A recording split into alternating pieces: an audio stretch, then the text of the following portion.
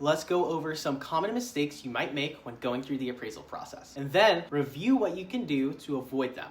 Mistake number 1, hiring based only on the price. I understand wanting to save money, but if this appraisal will affect a purchase, divorce, estate planning, tax issues, or investment decisions, the cheapest report may not always be the best value. Mistake number 2, not explaining the purpose. If you need the appraisal for a divorce, say that. If you need it for an estate, say that. If you need it for a pre-listing decision, say that. The appraiser needs to know the intended use so they can design an assignment correctly. Mistake number 3, not providing documentation if you have upgrades, permits, a roof replacement, an HVAC replacement, remodeling, receipts, survey information, floor plans, leases, or rent roll. Provide them. Do not make the appraiser guess. Mistake number 4, assuming the appraisal is the same as a home inspection. It's not. The appraisal is about value of a home. Inspection is about condition. There can be some overlap, but they are not the same service. Mistake number 5, trying to pressure the appraiser. Do not do that.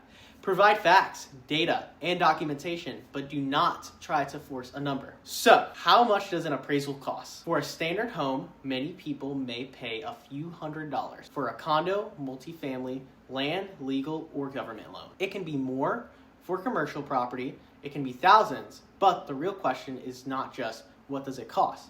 The better question is, what decision am I trying to make, and what level of support do I need?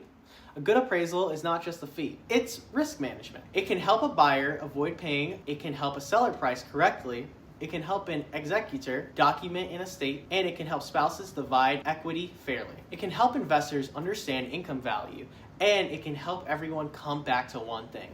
What does the market data actually support? Comment the word cost below and we'll send you a link to each appraisal service type and their estimated cost description. Tell me, what type of appraisal do you need? Is it for a purchase, refinance, pre-listing, estate planning, a divorce, vacant land, or commercial property? Send us a message and we'll explore which type of appraisal is right for you. Did you know we have an awesome weekly newsletter that shares tips just like these ones we talked about today? It's full of money and time-saving strategies to make the most of your property's value. Comment the word news and we'll send you a link to get connected.